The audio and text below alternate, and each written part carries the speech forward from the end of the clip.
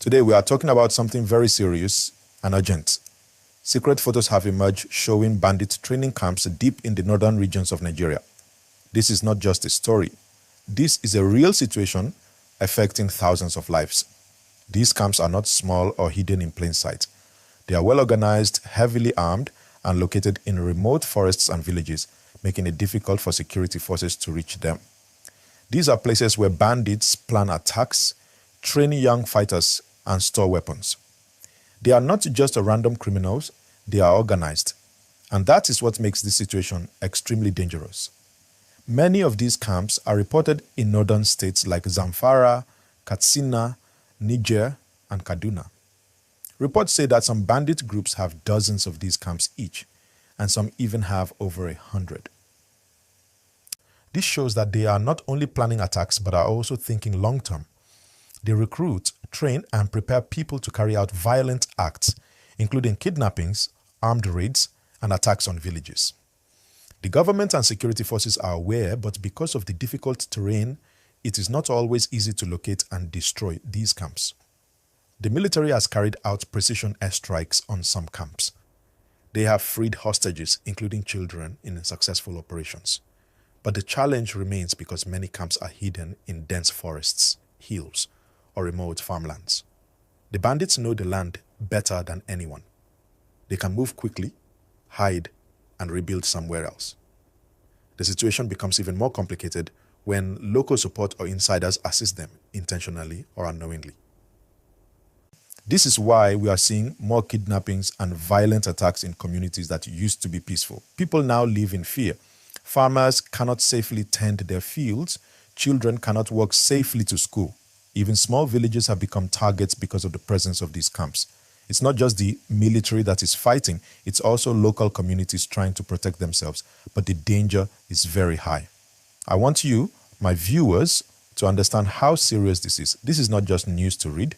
This is news that affects real people every day. Every time you see a headline about attacks or kidnappings, it's connected to these organized camps. That is why it is important to keep paying attention, to follow updates, and to stay informed. Don't forget, if you are enjoying this update, please like this video and subscribe to the channel. Your support helps us bring you more updates like these. The human cost is very high. Families have lost loved ones. Villages have been abandoned because people cannot safely live there. Some bandits are so organized that they treat this as a business.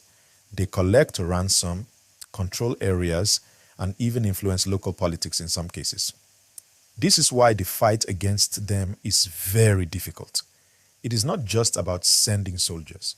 It's about intelligence, planning, and strategy. And sometimes bad intelligence or delays can cost lives. It is important to note that not all bandits are the same. Some groups are smaller and less organized, but the ones running training camps are highly dangerous. They know how to recruit young people, how to store weapons safely, and how to plan attacks with precision. They are patient. They can wait months to strike at the right moment. That is why authorities are focusing on these camps first, because dismantling them can save lives. At the same time, local governments and communities are trying to work together with security agencies, community vigilance programs, local intelligence sharing, and peaceful negotiation efforts are being made in some areas. But it is not easy. The geography, the remote nature of these camps, and sometimes corruption or insider support make the task very challenging. Remember, this is why it is important for every citizen to stay aware. Knowledge is power. Knowing which areas are risky, which roads to avoid, and which updates to follow can save lives. Security is not only the responsibility of the government. Communities play an important role. This is why your awareness and your voice matter. I also want to remind you again, if you are following this story and finding it important, please like this video and subscribe to the channel. Share your thoughts in the comments below. Let's have a conversation about this, because talking about it brings more attention, and more attention means more pressure for action. This situation has broader implications. Bandits are not only targeting civilians, they also disrupt trade, education, and local governance. Some towns now struggle to maintain basic services because of fear and violence. Children cannot go to school, farmers cannot farm, and traders cannot travel safely. These camps allow bandits to coordinate all these attacks efficiently. Which is why understanding their existence is key to understanding the insecurity in the north. Military and security forces continue to fight hard. They conduct airstrikes and ground operations to dismantle these camps. Some operations have been successful, saving dozens of lives and preventing attacks. But this is a long fight. The bandits adapt, move to new locations, and regroup after attacks. This is why every action against them must be precise, coordinated, and intelligent. Even with these challenges, there is hope. Many communities are showing resilience. Local vigilante groups are helping the police and military. People are reporting suspicious activities. Awareness campaigns are being run to educate people on safety. This fight is not only about violence, it is about education, planning, and community cooperation. I want to take a moment to emphasize these camps are real. The photos, the intelligence reports, and the stories from survivors confirm that they exist. These are organized groups that plan attacks, recruit members, and carry out violence in a systematic way. That is why this story is so important and why you need to follow it carefully.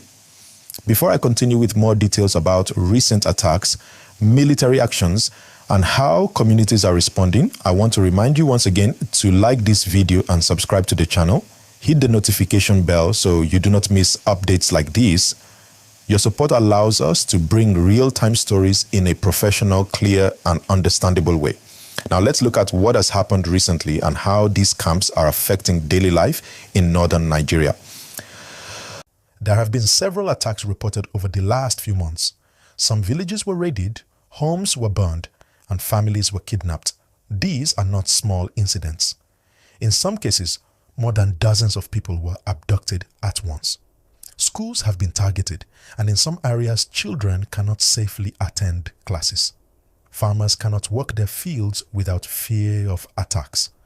Markets and roads that were once busy are now empty because people are afraid to travel. These attacks are not random. Bandits use the camps to train fighters, plan operations, and store weapons.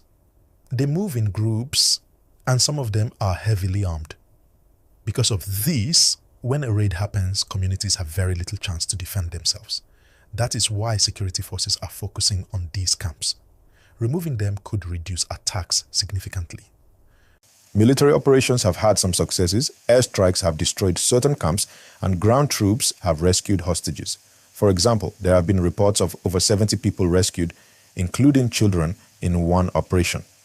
But even when a camp is destroyed, others remain. Bandits often relocate to another forest or village, which makes this a long-term challenge. This is why intelligence is critical. The military relies on the local tips, satellite images, and reconnaissance to locate camps before launching strikes. The government is aware of the threat, and officials have admitted that some camps are very difficult to reach. The terrain, dense forests, hills, and remote villages gives bandits an advantage. Some reports even suggest that certain insiders help them either by giving information or turning a blind eye. This complicates the fight because it is not only about brute force, it is also about trust, intelligence, and strategy. The human impact is severe.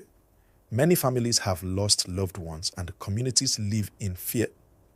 People are forced to leave their homes and move to safer areas. Children miss school, and local economies suffer because trade and farming are disrupted. Life becomes extremely difficult, and this creates a cycle where poverty, fear, and violence feed each other. It is also important to understand that not all bandit groups are the same. Some are smaller and act independently, but the ones with training camps are highly organized. They recruit young people, teach them skills for fighting, and plan attacks with precision. These camps allow them to coordinate multiple attacks at once, making it hard for security forces to respond quickly.